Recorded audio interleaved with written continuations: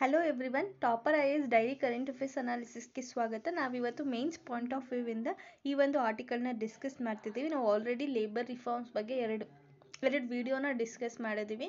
So ಮೊದಲನೇ ವಿಡಿಯೋದಲ್ಲಿ what are the issues in the labour codes ಅಂತ ಡಿಸ್ಕಸ್ ಮಾಡಿದ್ದೀವಿ. ಏನಕ್ಕೋಸ್ಕರ ಈ ಒಂದು ಲೇಬರ್ ಕೋಡ್ಸ್ನ ತೊಗೊಂಡು ಬಂದಿದ್ದಾರೆ, ಯಾವೊಂದು ಕಮಿಟಿ ರೆಕಮೆಂಡೇಶನ್ ಮೇಲೆ ಅನ್ನೋದನ್ನು ನಾವು ಮೊದಲನೇ ವಿಡಿಯೋದಲ್ಲಿ ಡಿಸ್ಕಸ್ ಮಾಡಿದ್ದೀವಿ. ಸೊ ನೆಕ್ಸ್ಟ್ ಎರಡನೇ ವಿಡಿಯೋದಲ್ಲಿ ಲೇಬರ್ ಕೋಡ್ ಆನ್ ವೇಜಸ್ ಅದ್ರ ಬಗ್ಗೆ ಡಿಸ್ಕಸ್ ಮಾಡಿದ್ದೀವಿ. So please go through that 2 videos before going to this video, then you can understand this video easily. So ಈ ಒಂದು ವಿಡಿಯೋದಲ್ಲಿ ನಾವು ಇಂಡಸ್ಟ್ರಿಯಲ್ ರಿಲೇಷನ್ ಕೋಡ್ 2020 ಮತ್ತು ರಿಮೈನಿಂಗ್ ಇನ್ನು 2 ಏನು ಕೋಡ್ ಇದೆ ಅದನ್ನು ಡಿಸ್ಕಸ್ ಮಾಡ್ತಾ ಇದ್ದೀವಿ. ಸೊ ಇದರಲ್ಲಿರುವಂಥ ಇಂಪಾರ್ಟೆಂಟ್ ಪ್ರಾವಿಷನ್ಸ್ ಏನೇನಂತಂದರೆ, ಫಸ್ಟ್ ಒಂದು ಎಕ್ಸಂಪ್ಷನ್. ಇವರು ಒಂದು ಎಕ್ಸಂಪ್ಷನ್ನ ಕೊಟ್ಟಿದ್ದಾರೆ. ಸೊ ಅಪ್ರೋಪ್ರಿಯೇಟ್ ಗೌರ್ಮೆಂಟ್ ಅಂದರೆ ಯಾವುದೇ ಒಂದು ಇಂಡಸ್ಟ್ರಿಯಲ್ ಎಸ್ಟಾಬ್ಲಿಷ್ಮೆಂಟ್ನ ಯಾವುದೋ ಒಂದು ಫೀಚರ್ಸಿಂದ ಎಕ್ಸೆಂಪ್ಟ್ ಮಾಡ್ಬೋದು. ಏನಕ್ಕೋಸ್ಕರ ಅಂದರೆ, ಈಗ ಫಾರ್ ಎಕ್ಸಾಂಪಲ್ ಪಬ್ಲಿಕ್ ಇಂಟ್ರೆಸ್ಟನ್ನು ಕನ್ಸಿಡರ್ ಮಾಡಿಕೊಂಡು ಯಾವುದೋ ಒಂದು ಪ್ರಾವಿಷನ್ಸ್, ಈ ಒಂದು ಕೋಡ್ ಅಂಡರಲ್ಲಿ ಇರೋಂಥ ಪ್ರಾವಿಷನ್ಸಿಂದ ಈ ಇಂಡಸ್ಟ್ರೀಸ್ನ ಎಕ್ಸೆಂಪ್ಟ್ ಮಾಡ್ಬೋದು. ಎಕ್ಸಾಂಪಲ್ ತೊಗೊಂಡ್ರೆ, ಈಗ ಕೋವಿಡ್ ಪ್ಯಾಂಡಮಿಕ್ ಸಿಚುವೇಷನಲ್ಲಿ ಇಂಡಸ್ಟ್ರಿನಲ್ಲಿ ಕೆಲವೊಂದು ರೂಲ್ಸ್ ಆ್ಯಂಡ್ ರೆಗ್ಯುಲೇಷನ್ಸ್ನ ತೊಗೊಂಡು ಬಂದರು.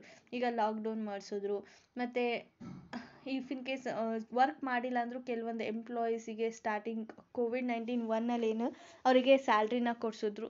ಸೊ ಈ ಥರ ಕೆಲವೊಂದು ಎಕ್ಸೆಂಪ್ಷನ್ಸ್ನ ತೊಗೊಂಡು ಬರ್ತಾರೆ ಇನ್ನು ಪಬ್ಲಿಕ್ ಇಂಟ್ರೆಸ್ಟ್, ಅದು ಕೂಡ ಪಬ್ಲಿಕ್ಕಿಗೆ ಅವಶ್ಯಕತೆ ಇದೆ ಅಂದಾಗ ಮಾತ್ರ.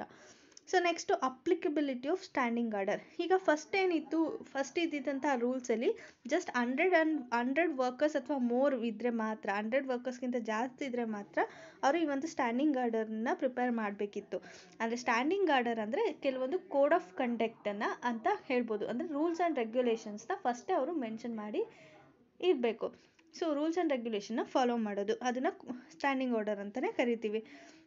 ಅಂದರೆ ಕೆಲವೊಂದು ರೂಲ್ಸ್ ಆ್ಯಂಡ್ ರೆಗ್ಯುಲೇಷನ್ನ ಲೀಸ್ಟ್ ಮಾಡಿ ಅದನ್ನು ಶೆಡ್ಯೂಲ್ ಮಾಡಿ ಇಟ್ಕೊಳ್ಬೇಕು. ಸೊ ಅದನ್ನು ಕೋಡ್ ಆಫ್ ಎಥಿಕ್ಸ್ ಅಥವಾ ಕೋಡ್ ಆಫ್ ಕಂಡಕ್ಟ್ ಅಂತಲೇ ಕರಿತೀವಿ.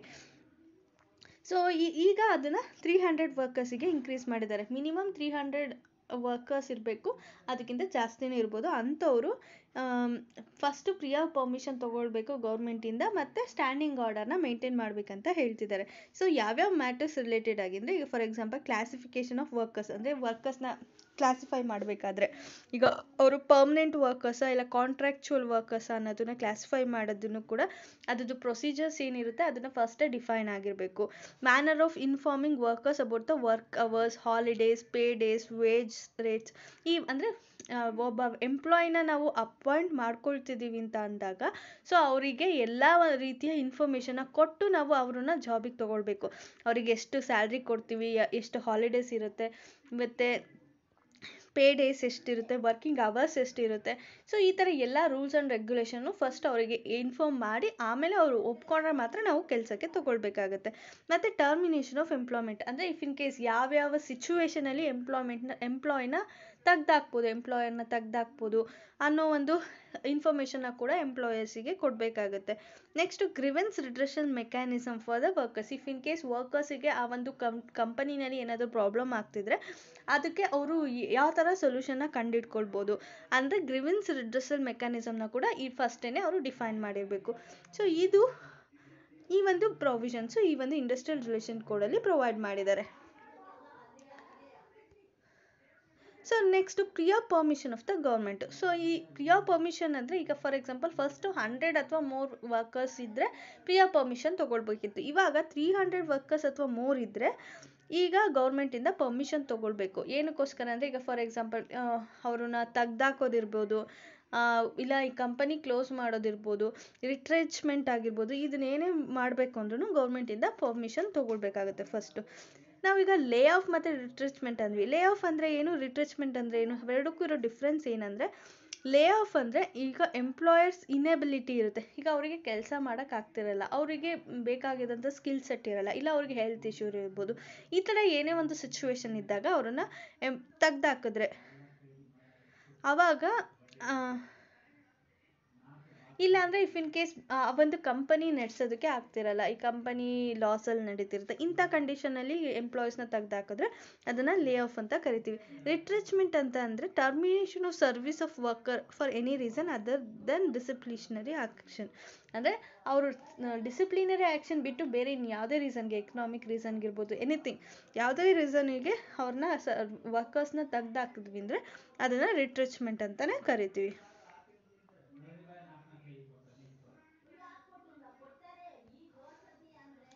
ಸೊ ನೆಕ್ಸ್ಟ್ ಸೋಲ್ ನೆಗೋಷಿಯೇಷನ್ ಯೂನಿಯನ್.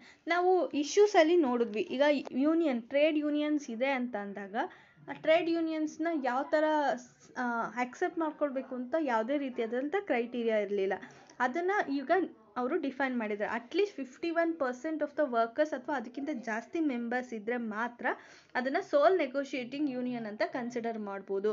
ಸೊ ಅದು ಎಂಪ್ಲಾಯಿ ಮತ್ತು ಎಂಪ್ಲಾಯೀಸ್ ಮಧ್ಯೆ ಒಂದು ಬಾಂಡಿಂಗ್ ಥರ ವರ್ಕ್ ಆಗುತ್ತೆ ಅಂತ ಹೇಳಿ ಇವರು ಹೇಳ್ತಿದ್ದಾರೆ. ಸೊ ನೆಗೋಷಿಯೇಷನ್ ಕೌನ್ಸಿಲ್ನ ಕೂಡ ಇವರು ಕರೆಕ್ಟಾಗಿ ಡಿಫೈನ್ ಮಾಡ್ತಿದ್ದಾರೆ. If in case sole negotiating council ಅಂತ ಡಿಫೈನ್ ಮಾಡಬೇಕು ಅಂದರೆ ಅಟ್ಲೀಸ್ಟ್ 20% ಆಫ್ ದ ವರ್ಕರ್ಸು ಇದಕ್ಕೆ ಮೆಂಬರ್ಸ್ ಆಗಿರಬೇಕು ಅಂತ ಹೇಳಿ ಇವರು ಹೇಳ್ತಿದ್ದಾರೆ. ಮತ್ತು disputes relating to termination of individual worker. ಈಗ ಇಫ್ ಇನ್ ಕೇಸ್ ಇಂಡಿವಿಜುವಲ್ ವರ್ಕರ್ನ ಡಿಸ್ಮಿಸ್ ಮಾಡಬೇಕು, ಯಾವುದೇ ಆದಂಥ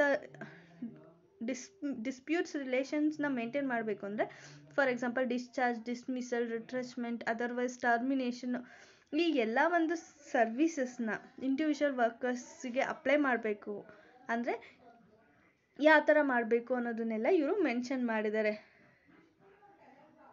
ಇಫ್ ಇನ್ ಕೇಸ್ ಅದು ಕರೆಕ್ಟಾಗಿ ಆಗಿಲ್ಲ ಅಂದರೆ ಇವರು workers industrial tribunal for adjudication of the ಡಿಸ್ಪ್ಯೂಟ್ಸ್ಗೆ ನಾವು ಹೋಗಿ ಈ ಒಂದು ಪ್ರಾಬ್ಲಮ್ಸ್ನ ಸಾರ್ಟ್ ಔಟ್ ಮಾಡ್ಕೊಳ್ಬೋದು. So this is the very important. ಅಂದರೆ industrial tribunal for adjudication of disputes. ಈಗ ಇದ್ದಕ್ಕಿದ್ದಂಗೆ ಕೆಲಸದಿಂದ ತೆಗ್ದಾಕ್ತಾರೆ, ನಮಗೆ ಇನ್ಫಾರ್ಮ್ ಮಾಡ್ದಲೇ ಅವರು ಕೆಲಸದಿಂದ ತೆಗ್ದಾಕ್ತಾರೆ. ಇಫ್ ಇನ್ ಕೇಸ್ ಅವರು ಕೆಲಸದಿಂದ ತೆಗಿಬೇಕಂದ್ರೆ ಈಗ 3 months ಸ್ಯಾಲ್ರಿ ಕೊಡಬೇಕು ಅಂತ ಇರುತ್ತೆ. ಸೊ ಈ ಥರದ್ದೆಲ್ಲ ಇರುತ್ತಲ್ವ, ಈ ಒಂದು ಕಾಂಪನ್ಸೇಷನ್ ಎಲ್ಲ ಪ್ರೊವೈಡ್ ಮಾಡಿಲ್ಲ ಅಂದರೆ ನಾವು ಇಂಡಸ್ಟ್ರಿಯಲ್ ಟ್ರಿಬ್ಯುನಲ್ ಫಾರ್ ಅಡ್ಜುಡಿಕೇಷನ್ ಡಿಸ್ಪ್ಯೂಟ್ಸಿಗೆ ಹೋಗಿ ನಾವು ಕೇಸ್ನ ಫೈಲ್ ಮಾಡ್ಬೋದು. So this are the some of the provisions given under this code. So next code ಬಂದರೆ third code on social security 2020. So ಇದು ಸೋಷಿಯಲ್ ಸೆಕ್ಯೂರಿಟಿನ ಪ್ರೊವೈಡ್ ಮಾಡ್ತಿದೆ. ಅಂದರೆ ಈಗ ಸೋಷಿಯಲ್ ಸೆಕ್ಯೂರಿಟಿ, ಈಗ ಎಂಪ್ಲಾಯೀಸ್ ಡೆಫಿನೇಷನ್ ಏನಿತ್ತು ಆ ಒಂದು ಟರ್ಮ್ನ ಇದು ಇನ್ನೂ ಬ್ರಾಡನ್ ಮಾಡಿದೆ. ಈಗ ಫಸ್ಟ್ ಏನು ಈ ಎಂಪ್ಲಾಯೀಸ್ ಇದ್ದರೂ ಅದ್ರ ಜೊತೆಗೆ ಇದು ಇನ್ನೂ ಕೆಲವೊಂದು ಟೈಪ್ಸ್ ಆಫ್ ಎಂಪ್ಲಾಯೀಸ್ನ ಆ್ಯಡ್ ಮಾಡಿದೆ. ಈಗ ಫಾರ್ ಎಕ್ಸಾಂಪಲ್ ಇಂಟರ್ಸ್ಟೇಟ್ ಮೈಗ್ರೆಂಟ್ ವರ್ಕರ್ಸ್ನು ಕೂಡ ಈ ಒಂದು ಎಂಪ್ಲಾಯಿ ಡೆಫಿನೇಷನ್ ಅಂಡರಲ್ಲಿ ಆ್ಯಡ್ ಮಾಡಿದೆ. ಕನ್ಸ್ಟ್ರಕ್ಷನ್ ವರ್ಕರ್ಸ್ನು ಕೂಡ ಆ್ಯಡ್ ಅಪ್ ಮಾಡಿದೆ. Film industry workers, platform workers, ಈ ಒಂದು 4 ಗ್ರೂಪ್ ಆಫ್ ವರ್ಕರ್ಸ್ನು ಕೂಡ ಈ ಒಂದು ಎಂಪ್ಲಾಯಿ ಡೆಫಿನೇಷನ್ ಒಳಗಡೆ ಇವರು ಆ್ಯಡ್ ಮಾಡಿದ್ದಾರೆ. ಮತ್ತು ಗ್ರ್ಯಾಟ್ಯುಟಿ ಪೀರಿಯಡ್ ಏನಿತ್ತು ಅಂದರೆ ವರ್ಕಿಂಗ್ ಆಫ್ ಜರ್ನಲಿಸ್ಟ್. ಈಗ ಫಾರ್ ಎಕ್ಸಾಂಪಲ್ ಜರ್ನಲಿಸ್ಟ್ ಏನು ವರ್ಕ್ ಮಾಡ್ತಿದ್ರು ಅವರು 5 yearsವರೆಗೂ ಅವರು ಎಫಿಷಿಯೆಂಟಾಗಿ ವರ್ಕ್ ಮಾಡ್ತಿದ್ದಾರೆ ಅಂತ ಪ್ರೂವ್ ಮಾಡ್ಕೊಳ್ಬೇಕಿತ್ತು. ಅದಾದಮೇಲೆ ಅವರಿಗೆ ಒಂದು ಇದು ಸಿಗ್ತಾಯಿತ್ತು. ಸೊ ಆ ಒಂದು ಗ್ರ್ಯಾಟ್ಯುಟಿ ಪೀರಿಯಡ್ ಏನಿತ್ತು ಆ ಒಂದು ಗ್ರ್ಯಾಟ್ಯುಟಿ ಪೀರಿಯಡ್ನ 5 yearsಯಿಂದ 3 yearsಗೆ ರೆಡ್ಯೂಸ್ ಮಾಡಿದ್ದಾರೆ. ಸೊ ಇದು ಒಂದು ಬೆನಿಫಿಟ್ ಫಾರ್ ದ ಜರ್ನಲಿಸ್ಟ್ ಅಂತಲೇ ಹೇಳ್ಬೋದು. ಮತ್ತು ಇದು ಒಂದು ಸೋಷಿಯಲ್ ಸೆಕ್ಯೂರಿಟಿ ಫಂಡ್ಸ್ನ ಕೂಡ ಕ್ರಿಯೇಟ್ ಮಾಡ್ತಿದೆ. ಏನಕ್ಕೋಸ್ಕರ ಅಂದರೆ ಅನ್ಆರ್ಗನೈಸ್ಡ್ ವರ್ಕರು, ಪ್ಲ್ಯಾಟ್ಫಾರ್ಮ್ ವರ್ಕರ್ಸ್ ಮತ್ತು ಗಿಗ್ ವರ್ಕರ್ಸಿಗೋಸ್ಕರ ಈ ಒಂದು ಸೋಷಿಯಲ್ ಸೆಕ್ಯೂರಿಟಿ ಫಂಡ್ನ ಕ್ರಿಯೇಟ್ ಮಾಡ್ತಿದೆ. ಗಿಗ್ ವರ್ಕರ್ಸ್ ಅಂದರೆ ಆನ್ಲೈನ್ ಪ್ಲ್ಯಾಟ್ಫಾರ್ಮ್ ವರ್ಕರ್ಸ್ ಅಂತಲೇ ಹೇಳ್ಬೋದು. So code proposes establishment of national social security board. ಮತ್ತು ಸೋಷಿಯಲ್ ಸೆಕ್ಯೂರಿಟಿ ಫಂಡ್ ಜೊತೆಗೆ ನ್ಯಾಷನಲ್ ಸೋಷಿಯಲ್ ಸೆಕ್ಯೂರಿಟಿ ಬೋರ್ಡ್ನ ಕೂಡ ಇದು ಎಸ್ಟಾಬ್ಲಿಷ್ ಮಾಡ್ತಿದೆ. ಏನಕ್ಕೋಸ್ಕರ ಅಂದರೆ ಸೆಂಟ್ರಲ್ ಗೌರ್ಮೆಂಟಿಗೆ ಕೆಲವೊಂದು ರೆಕಮೆಂಡೇಷನ್ನ ಕೊಡೋದಕ್ಕೋಸ್ಕರ ಈ ಒಂದು ನ್ಯಾಷನಲ್ ಸೋಷಿಯಲ್ ಸೆಕ್ಯೂರಿಟಿ ಬೋರ್ಡ್ನ ಎಸ್ಟಾಬ್ಲಿಷ್ ಮಾಡಿದ್ದಾರೆ. ಇದು ಏನಕ್ಕೆ ಹೆಲ್ಪ್ ಮಾಡುತ್ತೆ ಅಂದರೆ ಈಗ various sections of the unorganised gig ಮತ್ತು ಪ್ಲ್ಯಾಟ್ಫಾರ್ಮ್ ವರ್ಕರ್ಸ್ ರಿಲೇಟೆಡ್ ಆಗಿ ಏನಾದರೂ ಸ್ಕೀಮ್ಸ್ನ ತೊಗೊಂಡು ಬರಬೇಕು ಅಂದರೆ ಆ ಸ್ಕೀಮ್ಸ್ ಯಾವ ಥರ ಇರಬೇಕು ಅನ್ನೋ ಒಂದು ರೆಕಮೆಂಡೇಷನ್ನ ಈ ಒಂದು ಸೋಷಿಯಲ್ ಸೆಕ್ಯೂರಿಟಿ ಬೋರ್ಡು ಗೌರ್ಮೆಂಟಿಗೆ ಪ್ರೊವೈಡ್ ಮಾಡುತ್ತೆ. ಸೊ ಇದರಿಂದ ಏನಾಗುತ್ತೆ, ಪ್ಲ್ಯಾಟ್ಫಾರ್ಮ್ ವರ್ಕರ್ಗೆ, ಅನ್ಆರ್ಗನೈಸ್ಡ್ ವರ್ಕರ್ಗೆ, ಗಿಗ್ ವರ್ಕರ್ಸ್ಗೆ, ಇಂಟರ್ಸೆಸ್ಟ್ ಮೈಗ್ರೆಂಟ್ ವರ್ಕರ್ಸ್ಗೆ ಇದು ತುಂಬ ಹೆಲ್ಪ್ ಆಗುತ್ತೆ ಅಂತಲೇ ಹೇಳ್ಬೋದು. ನೆಕ್ಸ್ಟ್ ಬಂದರೆ code of occupational safety, health and working condition 2020. ಇದು 4ನೇ ಕೋಡ್ ಅಂತಲೇ ಹೇಳ್ಬೋದು. ಇದೇನು ಮಾಡುತ್ತೆ, ಫ್ಯಾಕ್ಟ್ರಿ ಡೆಫಿನೇಷನ್ನ ಎಕ್ಸ್ಪ್ಯಾಂಡ್ ಮಾಡ್ತಿದೆ. ಈಗ ಫಾರ್ ಎಕ್ಸಾಂಪಲ್ ಫಸ್ಟ್ ಈಗ ಏನು ಡೆಫಿನೇಷನ್ ಕೊಡ್ತಿದೆ ಅಂದರೆ at least 20 workers work for A process with power, ಅಂದರೆ ಪವರ್ ಅಂದರೆ ಅವರು with power 20 workers at least work ಮಾಡಬೇಕು, ಮತ್ತು ವಿತೌಟ್ ಪವರು 40 ವರ್ಕರ್ಸು ವರ್ಕ್ ಮಾಡಬೇಕು. ಸೊ ಈ ಥರ ಒಂದು ಕಂಡೀಷನಲ್ಲಿ ಅದನ್ನು ಫ್ಯಾಕ್ಟ್ರಿ ಅಂತ ಕನ್ಸಿಡರ್ ಮಾಡ್ತೀವಿ. ಸೊ ಕೋಡ್ ಏನು ಮಾಡ್ತಿದೆ ಅಂದರೆ ಡೈಲಿ ವರ್ಕ್ ಅವರ್ನ ಕೂಡ ಫಿಕ್ಸ್ ಮಾಡ್ತಿದೆ, ಮ್ಯಾಕ್ಸಿಮಮ್ 8 ಅವರ್ಸ್ನ ಇದು ಫಿಕ್ಸ್ ಮಾಡ್ತಿದೆ. ಮತ್ತು ವುಮೆನ್ನು ಕೂಡ ಇಲ್ಲಿ ವರ್ಕ್ ಮಾಡೋದಕ್ಕೆ ಇದು ಪರ್ಮಿಷನ್ ಕೊಡ್ತಿದೆ. ಈವನ್ ನೈಟಲ್ಲೂ ಕೂಡ ವುಮೆನ್ನು ವರ್ಕ್ ಮಾಡ್ಬೋದು ಅಂತ ಹೇಳಿ ಈ ಒಂದು ಕೋಡ್ ಅಂಡರಲ್ಲಿ ಡಿಫೈನ್ ಮಾಡಿದ್ದಾರೆ. ಅಂದರೆ ನೈಟ್ 7 PM ಇಂದ ಮಾರ್ನಿಂಗ್ 6 PM ವರೆಗೂ ವುಮೆನ್ಸು ಕೂಡ ವರ್ಕ್ ಮಾಡ್ಬೋದು. ಬಟ್ ಅವರಿಗೆ ಕೆಲವೊಂದು ಸೇಫ್ಟಿ ಪ್ರಾವಿಷನ್ಸ್ನ ಕೊಟ್ಟಿದ್ದಾರೆ ಇದರ ಅಂಡರಲ್ಲಿ. ಮತ್ತು ಈ ಕೋಡ್ ಇನ್ನೊಂದು ಏನು ಡಿಫೈನ್ ಮಾಡ್ತಿದೆ ಅಂದರೆ ಇಂಟರ್ಸ್ಟೇಟ್ ಮೈಗ್ರೆಂಟ್ ವರ್ಕರ್ಸ್ ಏನಿರ್ತಾರೆ ಅವ್ರಿಗೂ ಕೂಡ ಒಂದು ಡೆಫಿನೇಷನ್ನ ಕೊಡ್ತಿದೆ. ಅಂದರೆ ಇವರು ಬೇರೆ ಸ್ಟೇಟಿಂದ ಬಂದಿರಬೇಕು, ಅದು ಕೂಡ ಅವ್ರು ಓನ್ ಆಗಿ ಬಂದಿರಬೇಕು, ಅವರೇ ಇಷ್ಟಪಟ್ಟು ಬಂದಿರಬೇಕು, ಮತ್ತು ಇನ್ನೊಂದು ಸ್ಟೇಟಲ್ಲಿ ಎಂಪ್ಲಾಯ್ಮೆಂಟನ್ನ ಕ್ರಿಯೇಟ್ ಮಾಡ್ಕೊಂಡಿರ್ಬೇಕು. ಅಂದರೆ ಬೇರೆ ಸ್ಟೇಟಿಂದ ಬಂದು ಒಂದು ಸ್ಟೇಟಿಂದ ಇನ್ನೊಂದು ಸ್ಟೇಟಿಗೆ ಬಂದು ಅಲ್ಲಿ ಎಂಪ್ಲಾಯ್ಮೆಂಟ್ ಅಂದರೆ ಅಲ್ಲಿ ವರ್ಕ್ ಮಾಡ್ತಿರ್ಬೇಕು. ಮತ್ತು ಅವ್ರ ಸ್ಯಾಲ್ರಿ ಎಷ್ಟಿರಬೇಕು ಅಂದರೆ ಅಪ್ ಟು 18,000 ಪರ್ ಮಂತ್. ಒಂದು ತಿಂಗಳಿಗೆ 18,000ವರೆಗೂ ಯಾರು ಅರ್ನ್ ಮಾಡ್ತಿರ್ತಾರೆ ಬೇರೆ ಸ್ಟೇಟಿಂದ ಇನ್ನೊಂದು ಸ್ಟೇಟಿಗೆ ಬಂದು, ಅಂಥವ್ರನ್ನ ನಾವು ಇಂಟರ್ಸ್ಟೇಟ್ ಮೈಗ್ರೆಂಟ್ ವರ್ಕರ್ ಅಂತ ಕನ್ಸಿಡರ್ ಮಾಡ್ತೀವಿ. ಸೊ ಇವರಿಗೆ ಮಾತ್ರ ಈ ಒಂದು ಏನು ಇಂಟರ್ಸ್ಟೇಟ್ ಮೈಗ್ರೆಂಟ್ ವರ್ಕರ್ಸ್ ಅಂತ ಕನ್ಸಿಡರ್ ಮಾಡ್ತೀವಿ, ಅವರಿಗೆ ಕೆಲವೊಂದು ಬೆನಿಫಿಟ್ಸ್ನ ಪ್ರೊವೈಡ್ ಮಾಡ್ತಿದ್ದೀವಿ. ಈಗ ಫಾರ್ ಎಕ್ಸಾಂಪಲ್ ಡೆಸ್ಟಿನೇಷನ್ ಸ್ಟೇಟ್ಸಲ್ಲಿ ರೇಷನ್ ಬೆನಿಫಿಟ್ಸ್ ಇರ್ಬೋದು, ಮತ್ತು ಬಿಲ್ಡಿಂಗ್ ಕನ್ಸ್ಟ್ರಕ್ಷನ್ ವರ್ಕರ್ಸ್ ಸೆಸ್ ಅಥವಾ ಬಿಲ್ಡಿಂಗ್ ಸೆಸ್ ಅಂತ ಏನು ಕಲೆಕ್ಟ್ ಮಾಡ್ತಿದ್ದೀವಿ ಅದರದ್ದು ಬೆನಿಫಿಟ್ಸ್ನ ಇಂಥ ಇಂಟರ್ಸ್ಟೇಟ್ ಮೈಗ್ರೆಂಟ್ ವರ್ಕರ್ಸಿಗೆ ಮಾತ್ರ ಪ್ರೊವೈಡ್ ಮಾಡ್ತಿದ್ದೀವಿ. So thank you all. If you have any doubts you can ask in the comment section. ಈ ಒಂದು ಲೇಬರ್ ಕೋಡ್ಸ್ ಏನಿದೆ ಇದು ತುಂಬ important, especially for the mains point of view ಇಂದ. ಇದು ಕೆಲವೊಂದು ಇದ್ರ ಮೇಲೆ ನಿಮಗೆ ಡೈರೆಕ್ಟ್ ಕ್ವಶನ್ಸ್ ಕೂಡ ಬರ್ಬೋದು. ಸೊ ಅಂದರೆ what are the provisions in the labour codes ಅಂತ, ಇಲ್ಲ ಅಂದರೆ ಈ ಲೇಬರ್ ಕೋಡ್ ರಿಫಾರ್ಮ್ಸು ನಮ್ಮ ಎಕನಾಮಿಕ್ ಗ್ರೋತಿಗೆ ಯಾವ ಥರ ಹೆಲ್ಪ್ ಮಾಡುತ್ತೆ ಅಂತಲೂ ಕೇಳ್ಬೋದು. Because it is one of the factor of